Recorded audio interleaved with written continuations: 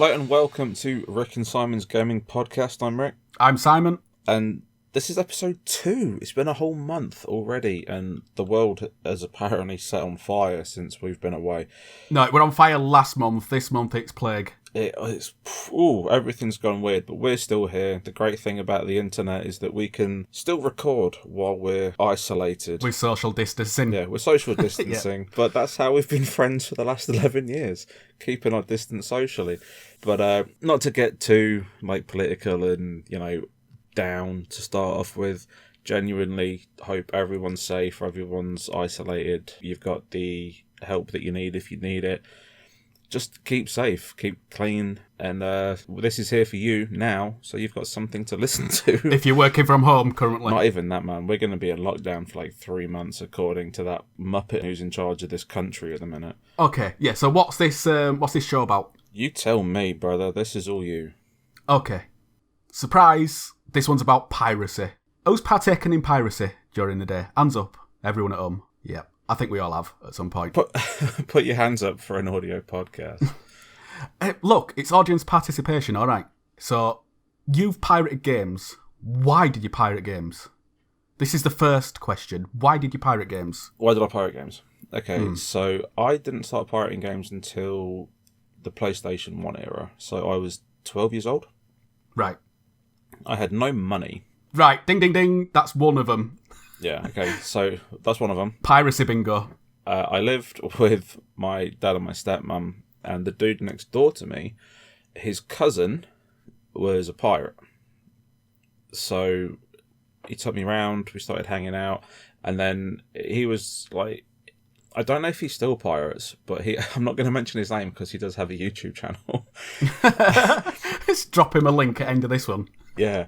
Get him some traffic. In fact, I'm going to get him to listen to this because he's given me a shout out on a couple of his videos before. So I'm going to be like, hey, I'm just going to call him Pirate Pete. But he used to get every game from Japanese imports, American imports, stuff that was just released or just about to be released in the UK. This guy was like Willy Wonka without the little people. He was on the ball, and he used to do his deals. So he'd do £5 for a game, or if we bought 3 for a tenner. So discs. Were it discs or games that you used to price by? Discs. So you could get Final Fantasy VII for a tenner, or you could get 3 one-disc games for a tenner. Right. Or you could buy 1-disc game for a 5. So depending on how many you bought, he'd reduce the cost for you. So the whole thing is I had no money, and if I would have just stuck with doing it legally at the time, I would have not played anything. It would have been birthdays and Christmas. But here was not just the fact that I was able to buy games, but I had games from all over the world open to me at this point. It was, I'm going to say convenience and see if that goes ding, ding, ding, which it didn't. No, but you have ticked all the boxes that I've got in my little document here. The game's price. Yeah. The region lock and the contact and sources. Everyone knows a pirate. Absolutely. Well, most people knows a pirate. Yeah. Back then in PlayStation 1 days, it was the guy that had the internet connection. He had a computer. He was a bit of a techie guy, wasn't he? A bit of a wide boy. And he had a ponytail. Yeah. He looked like the comic book guy from The Simpsons. Yeah, he ran the disco at the local rugby club, do you know, that were £50 a night. He didn't have a job, but he had the best of everything. You know what I'm saying? He was a bit of a dodgy guy. It wasn't just video games that they pirated. It was just everything. You could get everything off these guys. But yeah, that's your story. You got piracy through PlayStation 1, and is that it? You stopped it there, or? I inherited piracy, but I didn't actively go out and seek it. So after the PlayStation 1, it didn't happen with the PS2 for me. But I bought. Well, did I buy or did I give? Did I steal? I don't know. I ended up getting a friend who I won't mention name, but you've met him, and he has hair. Oh wow! Okay. Yeah, but I got his PS2, which was chipped, and a big wad of his PS2 games. But before that, the Dreamcast was the king of bad copyright protection. You could just put a disc in, like you could literally just put in a copied disc, and it'd work. It'd play. So when I bought my Dreamcast when I was 18, because he had one when we were like 14, but I didn't have a job. I mentioned it before, but I'm from a very poor family. So it wasn't until I was 17, 18 when I started working that I started buying my consoles and growing my collection. So the first thing I bought when I was 18 was a Dreamcast. It was on its last legs. And he was like, oh, I've not got my Dreamcast anymore. And gave me a bag full of games that he pirated. So that was cool. That's how I first played Grandia 2. And I've just replayed it recently on the Switch after nearly 20 years. And it's been like genuinely exciting because I remember it's like 17, 18 years ago when I played Grandia 2 for the first time. There was a key cutscene and it skipped it. It wasn't on the disc. So it was about to load in and then it went errored and then just cut back to the game.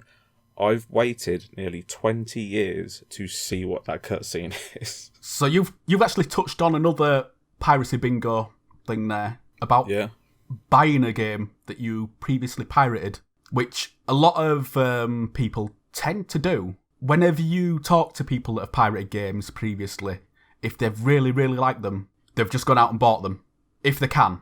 In some instances, it's just not possible to buy a game that you've pirated because they just don't exist. It's impossible to get hold of a legit copy. I remember you asking, I think it was Tim Schafer, this is a long time ago, asking him directly if you could pirate it and just buy one of his t-shirts or something. And he specifically told you to look on eBay. And it's like, well, I've got a good memory, right? Yeah. This was 8 or 9 years ago.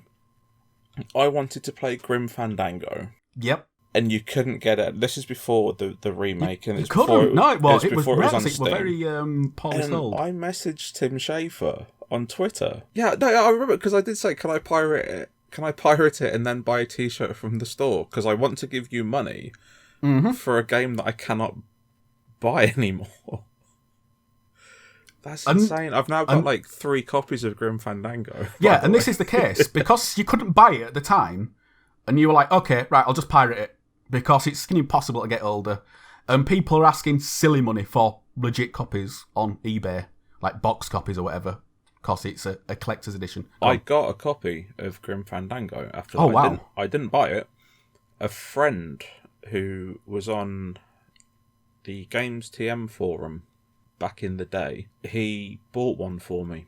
It was a bootleg, because it's all he could get, but he was like, send me your address, you need to play this. And he actually bought me a bootleg copy off of eBay and sent it to me. So even the ones that are on eBay are fake.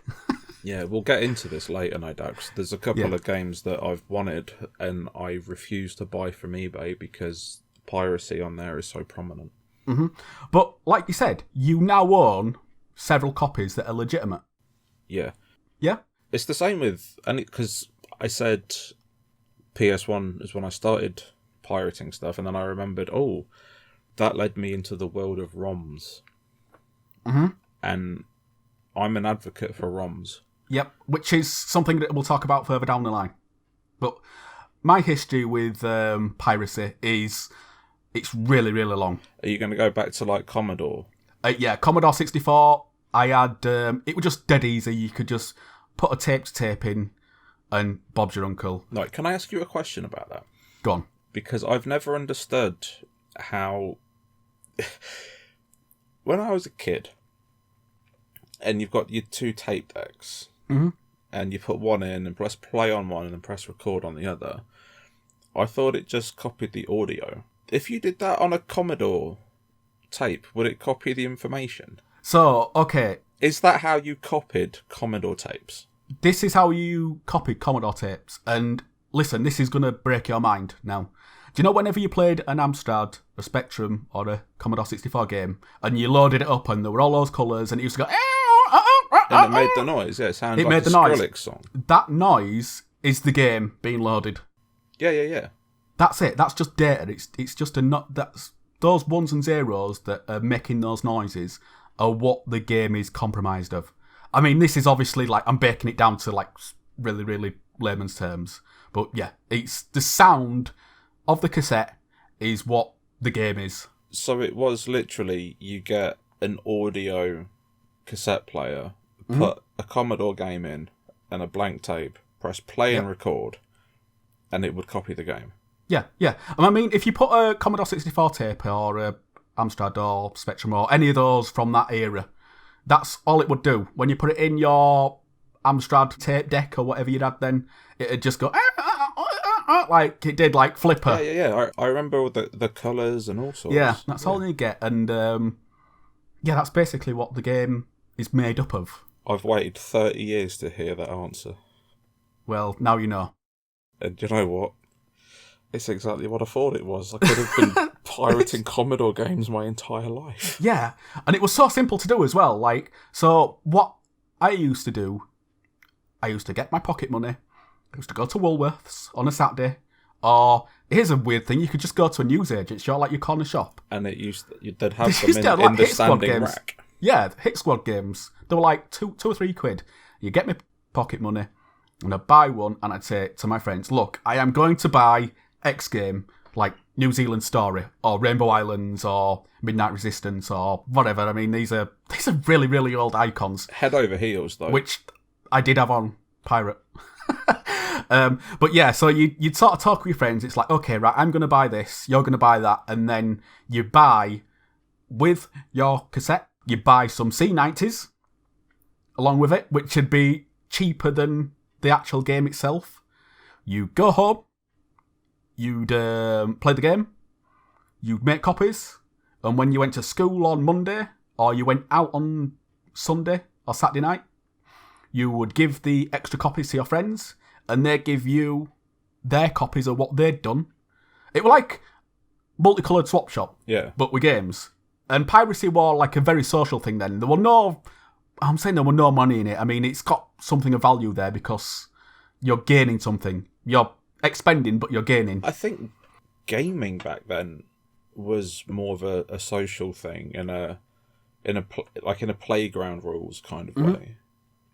It was definitely like a sign of the time. Mm-hmm. I always remember we had a little clique when we were at school, C64 kids, and there was one guy that had a SNES, and the only game he had on the SNES was Street Fighter, because it was so expensive, like £70 for that game or something. Anyway, I always remember this guy's name was Philip.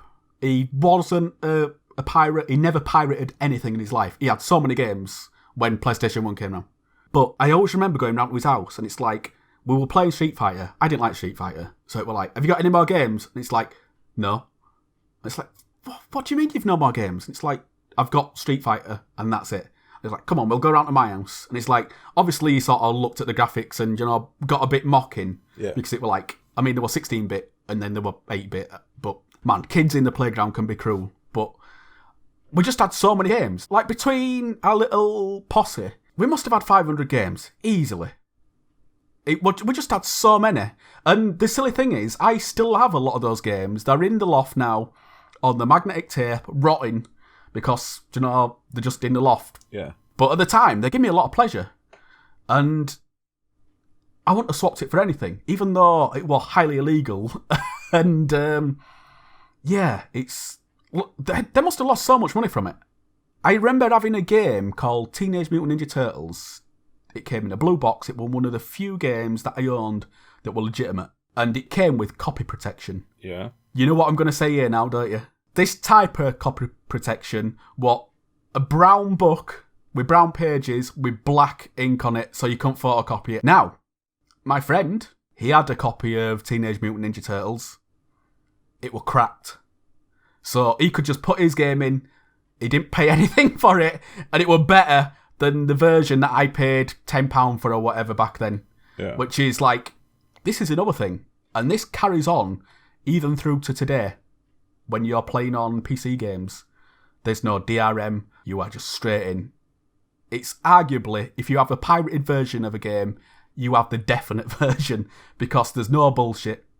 And it's kind of sad that we are in this position with legitimate games where it's like you've got to sign into this, you've got to jump through this hoop, and then you have to have de novo or whatever, running in background that's using your internet up. Just really, really silly. Like, that's not an issue for me because I'm not a PC gamer. Mm-hmm. I've never had to deal with the whole PC thing, apart from when I was a kid. So I'd gone from PlayStation 1, and then after PlayStation 1 Piracy, I discovered ROMs, which we're going to talk about later. And then I got a very rudimentary PC. And again, Pirate Pete had a ton of PC games. So I started pirating PC games. And he would give you your game, but he went through it and wrote down the question, like a DRM question. So cannon fodder. Mm-hmm. When you'd go to play it, it'd be like, this page, what's this Oh, word? yeah. Go to page 6, 4th paragraph, 3rd word, or whatever. He'd written them all down. Yeah. See, So when it came, when he gave you the game, he'd go, here you go, and he'd give you a folded piece of paper that'd have all this like drivel on it, and you'd go, what? And then you go to play it and go, oh shit, this makes sense. And every time I played it, I just have to type in what he'd written. Yeah, going on a generation, I had an Amiga 1200. Again, most of my library was pirated. You could there was a program called Workbench, which was basically, it was Amiga's Windows. Right. And a lot of games, you could go drag and drop on an extra disc and it'd copy. But some games had copy protection on them. This copy protection could vary. Some of them were just like, they had copy protection and it were like, can you drag and drop? No, you can't. The other ones were the thing that you just mentioned. I remember when Worms came out and I had a copy. I got it for Christmas. And I copied it from my friend. And I used to take the book in to school, which again, like I said, brown with black writing. This one, the Team 17 books were black, matte black, with printed glossy like numbers. And it was just a grid. And my mate would sit in English, when we should have been studying, and he'd just write all these numbers out so he could play the game whenever he wanted. And if he didn't get a page that he wanted, I think there might be 6 pages of codes, he'd done like 2. The first 2, and if he didn't get the code that he wanted, he'd have to boot the game up again to try and get the code that he wanted. Yeah. So he could play the game. Another thing that they used to do is Chord Wheels. Yes, I remember these. I remember there were one for Zool 2, and it was Zool and his girlfriend. Probably his girlfriend. I don't know. I'm not into my Zool lore. I don't. So yeah, you had a Chord Wheel, and like it'd come up on the screen and say, "Hey, you need to put Zool in this thing," and then there'd be windows, and it'd be like, "Type this number in," and you'd line it up, and then you go to the certain window, and it'd say like 43 or whatever. So you put 43 in, and the game would load. Another one was you get a big thick book. This is back when games came with books. I had a game called Settlers 2, and oh my god, this book, it were like the yellow pages. Like, games were complicated back then, even though they looked really simple. I think this book came in every single language in the EU as well, so. And on the top of each page, on each corner of the page, there'd be like 3 symbols, and it'd be like, okay, page 20, top. And then you'd have to put like, the hieroglyphics in or something like that. Yeah, such a pain in the ass. So, yeah, piracy, crack games usually did away with that. And also, this is a thing that we've it's a bit of a lost art. Do you remember booting games up on the Amiga or the Atari ST or anything from that generation? They'd have like a splash screen, and it'd be like, this game was cracked by, and there'd be like a little animation or a little bit of a demo. I'm glad that you mentioned this, because my brain went, I was like, when's he going to start talking about who cracked it? My first experience with this game as cracked by was on the PlayStation 1 again, with the Final Fantasy games. Right. And you put it in, and there'd be an animated screen and like chiptune music, and Yep. again, this game was cracked by, and then you'd have to like press X and then it would start the game. It always gave credit to the cracker Yep, before that's right. you could play your game. There were some cracks that the screens were so good when I was a kid that I used to load them up and just listen to the music. That's how good they were. I did that with Final Fantasy VI. The music was just really cool chiptune, and I'd put it on and just leave it for 10 minutes. There were one in particular that I used to have to skip past it really, really quickly because it were cracked. And me being 12, 13, maybe 14-year-old, the splash screen for the cracked credit was like just a loop of a devil fucking this like cherubic kid, and it's like, dude, I could sit and watch it all day as a horny teenager watching this dude pipe this cherub, but it was one of those things that, like, bear in mind, if a boob came on TV, like the old room went silent when you were a kid. So yeah, and that was Ivan Man's Iron Off Road, I think, that had that cracked screen. But yeah, it's kind of weird. PlayStation 1, I didn't pirate my own games, but I was part of the pirate scene because my friends were. So we played I played Metal Gear Solid before it came to the UK on PlayStation 1, obviously. Because we didn't have the leads to play correctly. We played it all in black and white, all in Japanese, and we finished it. I remember playing games that were 60 hertz on a 50 hertz television. Yeah. We played horse racing games, dating games, games that I can't even categorise them because they're just literally no genre. Oh my god, you've just reminded me of the first... It wasn't even one that I owned, it was my brother's. So, pirating stuff on PlayStation opened up a kind of shareware where you could make your own TOS but get it running on a PlayStation. Mm-hmm. But it was only available through dodgy means. We had a game called Virtual Porn. Right. And it was all video. So basically Night Trap with boobs.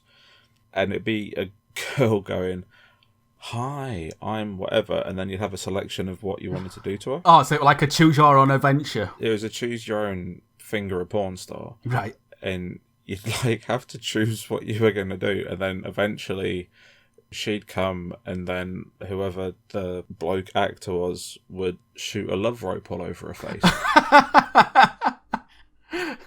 But yeah, wow. you had to get the order right, and you had to do all this. And I'll tell you what, bashing one out to that when you're 14 made it difficult, because just as you're getting into it, you then had to, what am I going to do? I'm going to do this. But a quick time event as well. Yeah, it was like Shenmue, but... but interesting. It was like Shenmue, but good. In fact, I would have, if Virtual Porn 3 went on Kickstarter, I would have backed that over Shenmue 3. Easily. Hands down. So, the Knowledge to Pirate, you don't sound like you've... well, no, you can do ROMs. You've pirated through ROMs, presumably. Yeah, I've done ROMs, done ISOs. Like, I forget what those emulators were called. SNES 9X? SNES 9X? Yeah, that was one of them, and the other one, the Genesis one, or the Mega Drive, if you were UK-based, was... There were programs there, and all you did is you downloaded your games, unzipped them, and just dropped them in the emulator, and they worked. It was dead easy. As far as PlayStation 1 stuff, I've never done that myself. Same way Nintendo GameCube or PlayStation 2. Again, I've never done it, so I don't know if it's easy to do. And I can't tell you to go and do it because it's illegal. So yeah, don't do it. So don't be a naughty boy. Although I will say, I was playing Final Fantasy VIII a year before it came out over here, and Final Fantasy IX a year before it came out over here. See, people just don't want to wait. I think this is a thing that we have now that has been a byproduct to piracy. They just do worldwide releases now. The most you have to wait is a week because piracy, we're just like, I'm going to pirate it and be done with it, you know? I don't think it was Piracy that had anything to do with that. I think it was Microsoft with the 360. Because if you look back at the early 360 games, it was a lot of the 360 games that started being released at the same time. And it was Halo 3 that started getting games released on a Tuesday. Yeah, because their release is on a Tuesday, ours used to be a Friday.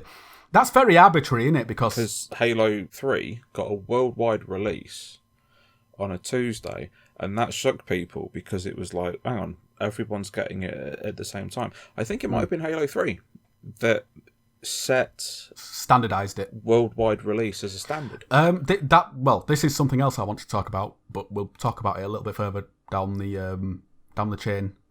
But the consoles updating on big game releases to get rid of chipped or modified consoles. So I don't know if you ever realised, but when you were playing on your Xbox 360, a Call of Duty game would come out, and either a little bit before or a little bit after that Thursday or Tuesday or whenever it was in early November, we get an update. And that update would just break consoles. Yeah. It would break consoles because they knew what they were doing. And they knew that it was like, okay, right, people are going to buy the game, they're going to try and play it, and the first thing it's going to do is, no, we're going to check to see the validity of your console, and if it's not playing by the rules, it's going to get banned. I think the first time I heard about that was Modern Warfare 2. Yeah, that's possible. But yeah, this is the next bullet point on my my little document here. The increased security and the law that surrounds it. It's not legal. And it's not just Xbox as well. PlayStation will have done it as well. They were a bit sneaky with stuff like that. People had always tried to get one over, but in the end, the industry always wins. It's always going to shut those people out, no matter what the cost. Yeah. Just because it's to protect its IP. It has to protect its IP, and it's just, I'm trying to think of the word for it. If they don't protect it, it's basically all for nothing. Yeah. The Nintendo Switch, the one that came out originally, not the later revisions, but that was easily cracked. I don't think they ever fixed it. And I think still to this day, I know people that use it as their test bed for playing games that they might buy on PlayStation 4 or PC further down the line. The Switch? The Switch, yeah, the Nintendo Switch. Wow, really? Because I flashed my Wii. Such a... That makes me sound like a sex offender. But yeah, go on. Yeah, so I flashed my Wii, so now my Wii is an emulation machine. Mm-hmm. And see, also, a lot of people flash their PlayStation Portables to do the exact same thing. Yeah, that's true. They do. It's just an emulator's dream, those consoles, because they're just convenient. It's just convenience. It's this is the thing with piracy. It's so convenient to just have everything on one cart. You press it, it works. You don't have any carrying UMDs about or lots and lots of different cards. It's just a pure convenience thing. Like, how many times have you bought Sonic the Hedgehog or Final Fantasy VII? Christ. Final Fantasy VII, I own 2 copies on the PlayStation 1. Don't ask me why, I ended up with a second copy. Then I bought it for the PlayStation 3 so I can play it on the 3 and the PSP and the Vita. But then I bought it on the PS4 and I bought it on Steam. So anything that I can play Final Fantasy VII on, apart from phones, I own it on. Yeah, that is insane. So they've had more than their fair share of you. Yeah. Even when you factor in all the legal wranglings and the agreements and handshakes and stuff for putting Final Fantasy on those platforms, you've paid more than your fair share, I think. And I think some people look at it in a way that it's like, okay, well, I look at it like this. I bought Mario Kart on the Game Boy Advance. Yeah. And then it's like, well, you can get the other Mario Kart on the Wii. when they had the Wii store open. And it's like, well, how many times are you going to sell this game? Come on, be reasonable. We're starting to see companies go, okay, you buy it once, and if you're on our ecosystem, you're just going to own it on everything. So recently, not Cyberpunk, the people that are making Cyberpunk, CD Projekt Red have just said, look, if you buy it on Xbox, you're going to get it on the next Xbox as well, the next generation one, because we're not going to rip you off. And I think you're going to see that a lot. Well, I'd like to think you're going to see that a lot. Sort of like a buy it once cross-gen. Yeah. So there's stuff where, like on Steam especially, I had Skyrim with all the DLC, and when the next, the remake came out, not the remake, but the re-release. They sort of released it with like higher definition and all that business. They just give me it. Same with Borderlands, when the remade Borderlands Game of the Year edition, it's just like, they just give me it. Because chances are, if I'm really into that game, I'm just going to pirate it. People are just going to pirate it because they've already paid for it once. And I think it's in their best interest to go, you know what, you've bought it once, you supported us then, here, Joe, have this. Just as like, to ingratiate the consumer, like, look, you're stuck with us, there you go, have another copy. And not force you into, buying it over and over and over again. I do like it when publishers and developers update a game and release the update on PC for free for people that have already bought the original. Yeah, there was a big song and dance about Dark Souls Remastered when that came out, because the first one had been updated and then they removed the original Dark Souls and replaced it online with Remastered, and that's a kick in the teeth. Yeah, I mean, this isn't just Dark Souls. When they remastered the Assassin's Creed games, they took the originals off, which is really, really shitty, because some people just can't run the newer versions. They don't have the rigs to do it, so you've got to leave the older options. I mean, those games, you can't get them now. So if you want to play the first couple of games with Altair and Ezio, you can't play them anymore. So your only option is to pirate them, as far as I know. Especially through Steam. Maybe not through Ubisoft. That's something else that's insane to me. Like delisting games and just going, they're gone now. It happened recently with the Telltale games. They just delisted them. Like, legacy is important. I think there's an element of piracy that does preserve legacy of a game for the games that do evolve and change over time. Like, I haven't played Final Fantasy 14 in 6 or 7 years. Mm-hmm. But the game that I played is not the game that people are playing now. No, because it's moved on. And this is what's so beautiful about World of Warcraft and the hardcore Warcraft fans who created private servers to just play vanilla. Because what World of Warcraft is now is not what it was 10 years ago.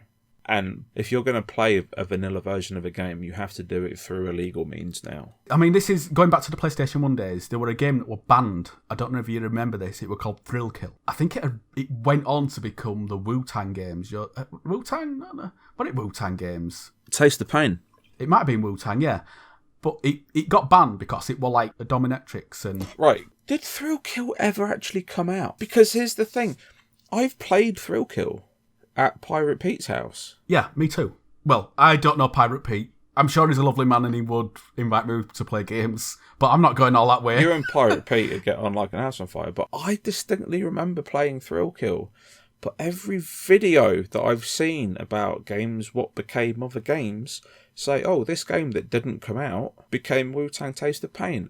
And is it like a Mandela effect thing? Because I remember playing Thrill Kill. Yeah, we've both been in game development. I think what happened there is it never got released, but someone were like, you know what, I'm sneaking this out of office and it's going to get put... Like a bootleg, just someone... Yeah, it's going to get burned onto a CD and that CD is going to get passed around so people can at least see what we've been working on. That's what I think happened with there. It never got released. And also, the marketing will have been done months in advance before it even got rated. They'll have just been going for an 18 rated and obviously it's gone to the BBFC, which it was at the time. And they'd have gone like, you're not releasing this. And they're just like, all right, we'll release it for free. Well, I'm saying free. We're gonna basically not vaporware it, but like shareware it. I don't know. Leak it. Yeah, leak. It's just a leak. Because it were pretty buggy, wasn't it? From what I played, it were really, really buggy. It crashed a lot and it were poorly optimised. So it was probably a pre-gold disc that got leaked. But yeah, wow. That took a bit of a divergence, didn't it? This conversation. Okay, here's one for you. Right. Have you ever played a game that's been pirated that's had data locked? Going back to the Grandia thing, when you said you waited 20 years to see that cutscene. If this is the thought process that I cut you off from you having, if you played a pirated version of Rage, the sewers were locked. You could not get underground. Right. Yeah, this is exactly what I'm talking about. Serious Sam were one where you got in and, like, a Scorpion King would just follow you around and just keep killing you. And it was unkillable. Like, literally unkillable. Grand Theft Auto, I always remember my friend playing Grand Theft Auto on PC, a naughty version. And just randomly the car would start acting like you were drunk driving.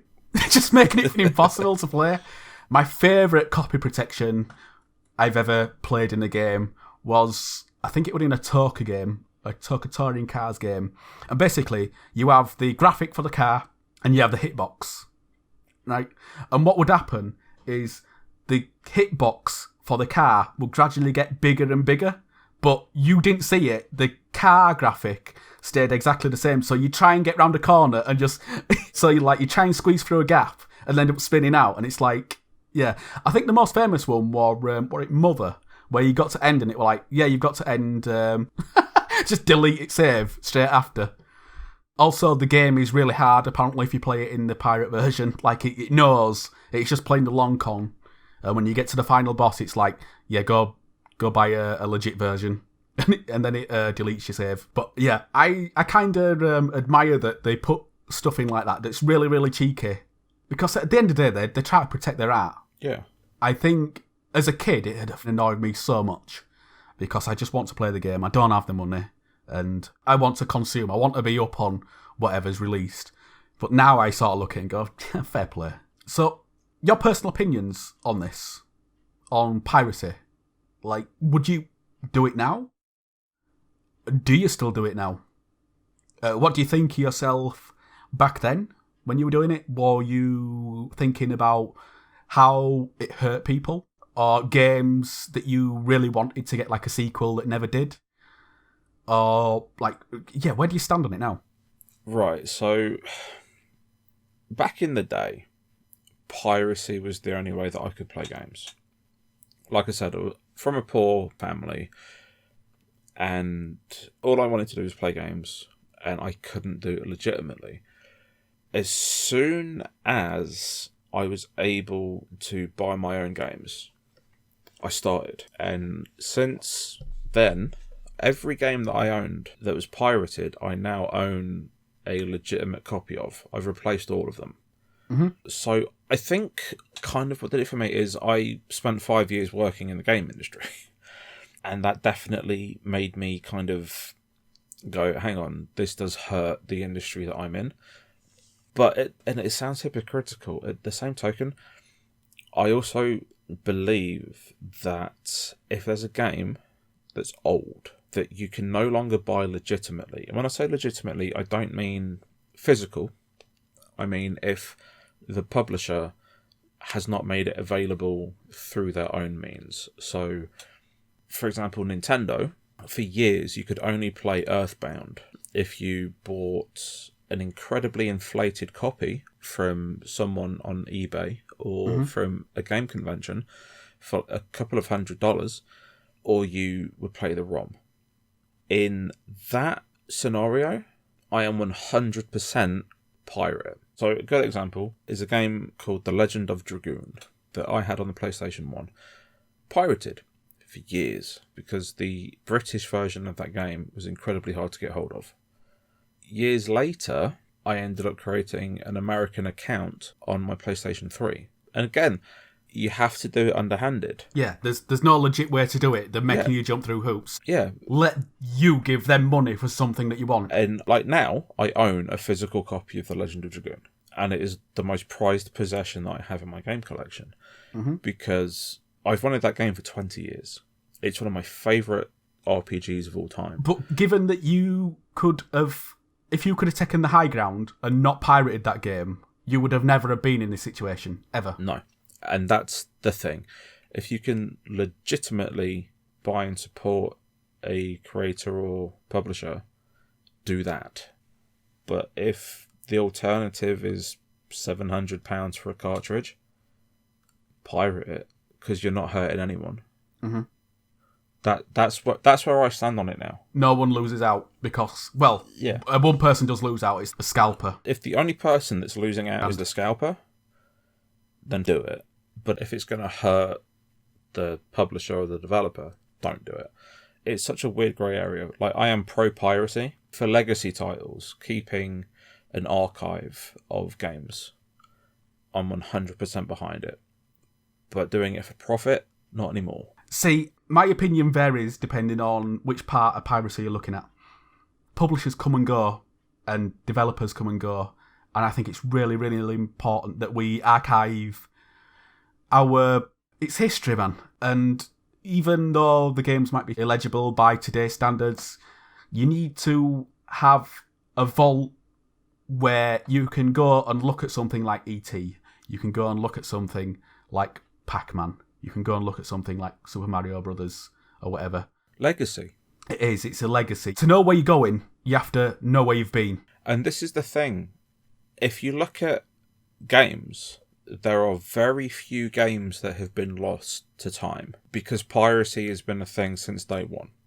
If you look at movies, there are movies that no longer exist. There are less games that have disappeared than movies that have disappeared. There are games that are lost to the mist of time. They're really only, you can only talk about them. And I couldn't tell you these because I just don't know if they've gone. I don't know if they're available. There's always going to be sand that slips through your fingers. Yeah. Whether it be TV, music, films, books, literature. You're always going to lose bits and pieces of your past. And I think piracy is... I think they're doing a service, even though it's a bit unscrupulous at times. They might be bottom feeding in some cases, but they're doing a service at the same time. We sort of need it, but it can be very, very shitty in some cases. Yeah. I look back at when I was a kid on my Commodore 64 and I didn't think I was doing any damage. Yeah. And now I look at it now and go, oh, you know what, I probably cost them hundreds, maybe even thousands, because my Hit Squad game that I bought for £3 or whatever it was will have been copied to my friend, and then it will copied again to his friends, and then to their friends, and it's sort of like, I'm the top of the pyramid. Same with Amiga. I copied so many games for that, I had so many copies, and it got to the point where people just wouldn't make games for it. And I think that was one of the many reasons that the Amiga failed, because there were no one supporting, because it was such an easy platform to pirate on that they were just like, we're putting all this work in, 3 months, 6 months, or however long it takes to make a game in those days, and it's just vanished because so many people were skimming it for free. Yeah. The PlayStation 1 days, I look at my piracy on there, the parts that I did take part on, and pretty much everything that I could buy when it came out in the UK, I did. So I played Metal Gear Solid through, and I was like, I want to play that, but I want to play it in English. So I view it as a thing that allowed me to taste foreign delicacies that I got a taste for. And even now, like, I'll still play games that are a bit weird. And I think piracy was an enabler in that manner. There's no way that, like, stuff like Joe Bishi Bashi Special, or a lot of these are like weird esoteric games that just never get out here without being able to, test the waters via people going, you know what, this is weird, but I really like it. You are 100% correct with that. There are games that I would use piracy as a kind of demo. Yeah. Every game that I played and enjoyed on the PlayStation 1, I bought. Yeah. I've hunted it down, I bought it. Another weird moral thing that I've got, just as far as collecting goes in general. So, a couple of years ago, I discovered a game series called Ease. We've spoke about it before. Mm-hmm. But Ease 3 never came out in the UK. So I've got the ROM for it, because it's a SNES game. but I bought the Japanese SNES version, so I own the game physically. So now I don't feel bad about having it on ROM. Yeah. When I look at piracy in today's, I'm using today, but look, I didn't really pirate anything after the PlayStation 1 era until you're looking at mid-noughties, when I would look into my heritage as a gamer and start playing games like Dynamite Heady, Echo the Dolphin, a lot of Sega stuff that I missed, the Treasure games. I wanted to look back, because I was always a computer kid. I didn't have consoles. My family were relatively poor, so Sega and Nintendo were off the table. I talked about my friend Philip with his one game, his Street Fighter, and it was like... Street Fighter, yeah. Yeah, I want to explore these, and I did. I explored them. And you know the ones that I really, really enjoyed? I bought them. Yeah, I bought them on the Wii store when they came out. A lot of them I didn't even play, because I'd already played them on PC. But I felt obliged to do it. Piracy, ironically, has probably cost me more money than if piracy didn't exist, which is a weird thing to say, but it's probably true. The things that I have borrowed, as I like to put it, I've either played 10 minutes and gone, you know what, nah, I'm not going to buy this. I'm done. Yeah. And I've not played anymore.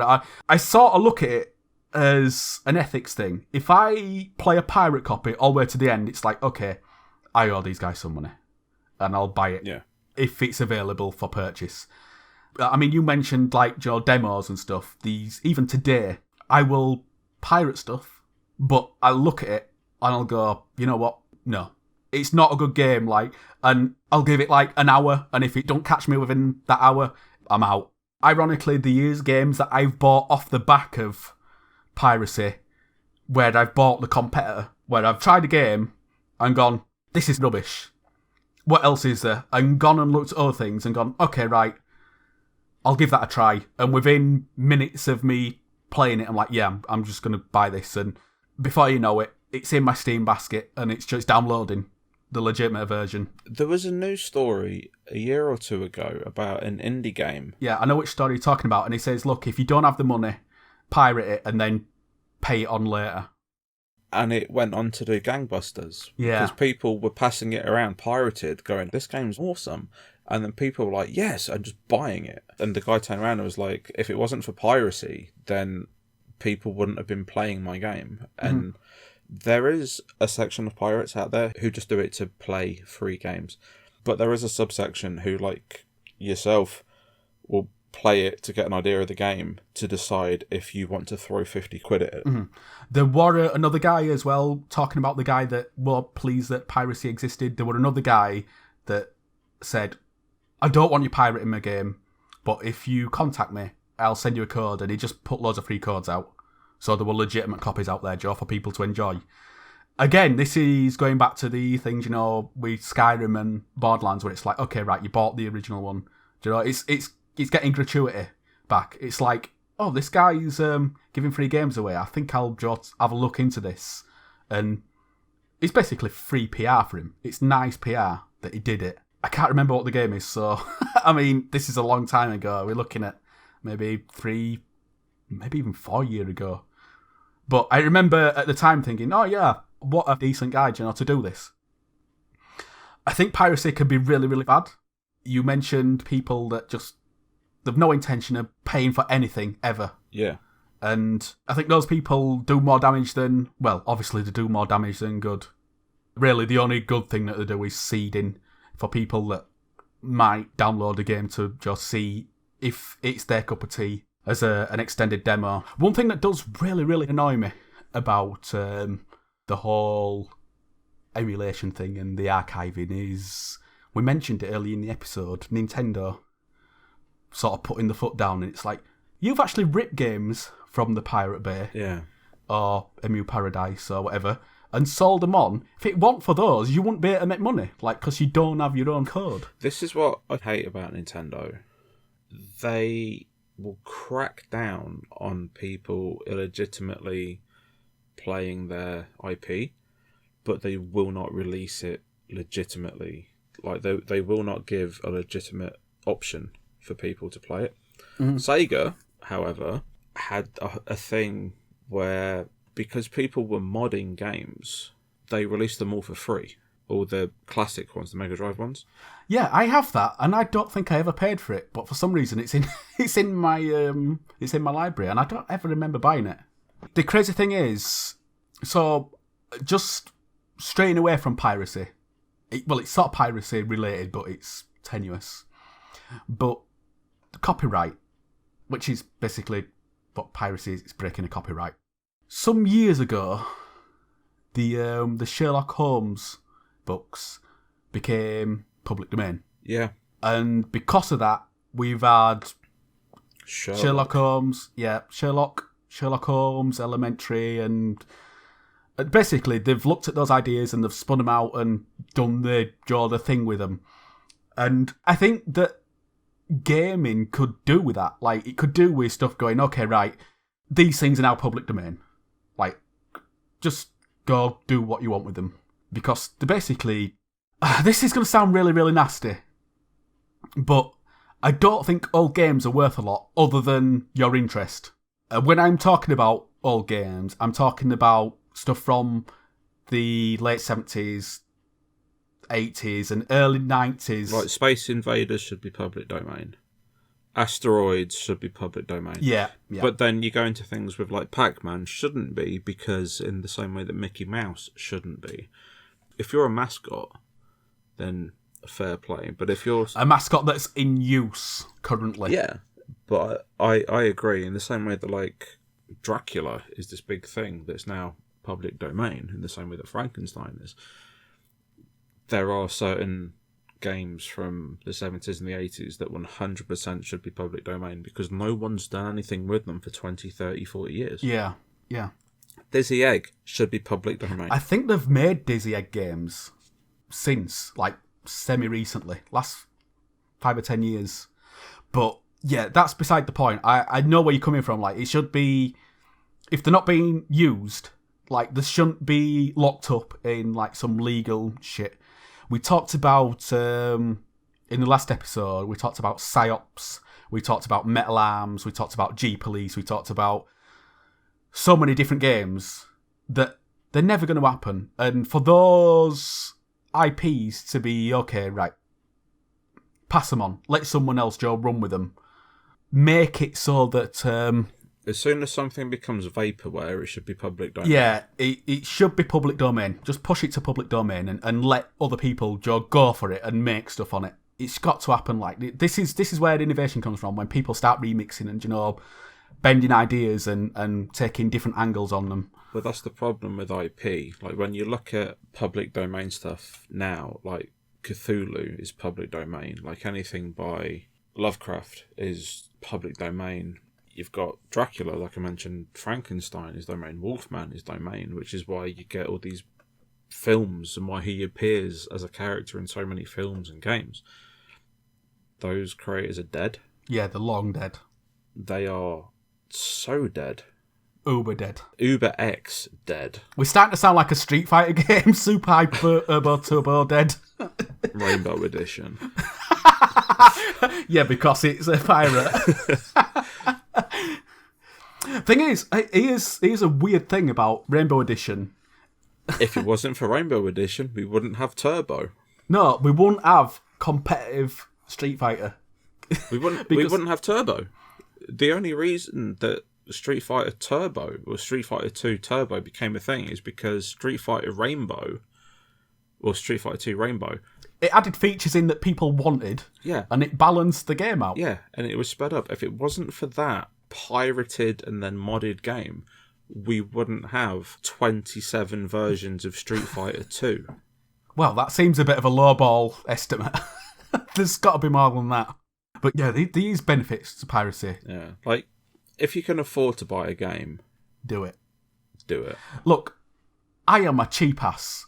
And sometimes I'll go, look, I'm not buying a game, I'll just wait, and I'll buy the whole thing for 10 quid a couple of years down the line. Because that's what I think it's worth. Some games I will pay 40 quid for, some games I'll pay more for. It's just, my perception on what those games are valued at. But they are valued at something, and you can't just take something for free and expect the things that you like to carry on coming, because without an injection of money here and there, no matter how small, they just won't get made, because there's the perception there that the games were a flop because they didn't sell. Like Grand Theft Auto Chinatown Wars were one. It had the most complex encryption on the front end to stop it from being pirated on R4 devices, but it didn't stop people. They just saw it as a challenge. Yeah.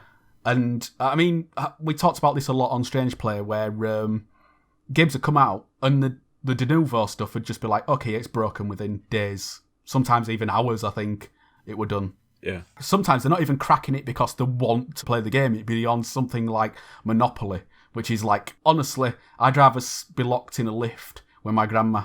But yeah, like, Piracy, it's just one of those things, isn't it? Like, it's never going to go away, no matter how hard they try to encrypt stuff with de novo and what have you. The harder you make something, people are always going to look and go, yeah, I can break that. No problem. And they're going to put as much effort into breaking something as they are making it.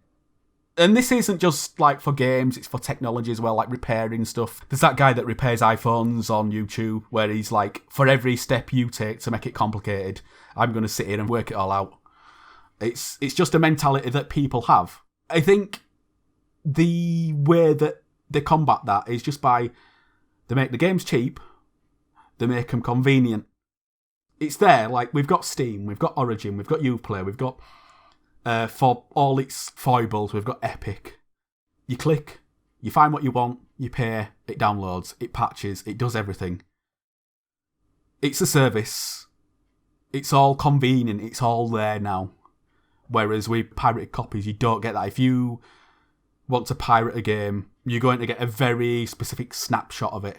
Like, there's limitations to pirating, I think is the best way to explain it. But sometimes those limitations can be benefits, like when you were talking about vanilla World of Warcraft.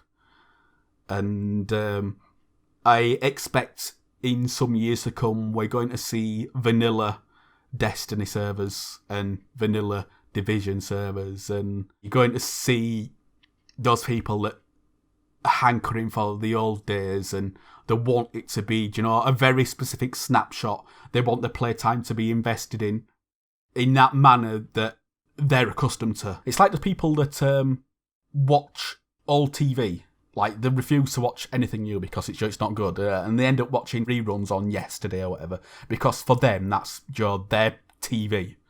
That's their music or whatever. When you're listening to a radio station that only broadcasts a certain genre of music or a certain area of music, you're always going to get people that are focused on that very defined parameters. And piracy is really only our window into that in some instances. And because of that, we're sort of over an illegal barrel, which is not nice to be in. It's not a nice position to be in, to have to break the law. And I am in no way condoning that you should go out and you should pirate all your games, because that's not what I'm about. If you can pay for it, I think Rik is in the same boat as well. If you can pay for it, you pay for it. This is the final word on this podcast. If you can... Not even if you can pay for it now. Like, my view has changed since I was a kid, because I'm now in a privileged position where I can afford it. But it's not just if you can afford it, buy it. It's if the legitimate option is there, take it. If there is no line in the sand, there is no way to buy this game legitimately, pirate it. I would like to know what our listeners think. Leave a comment below. Are you a pirate? Are you a pirate now? Were you a pirate then?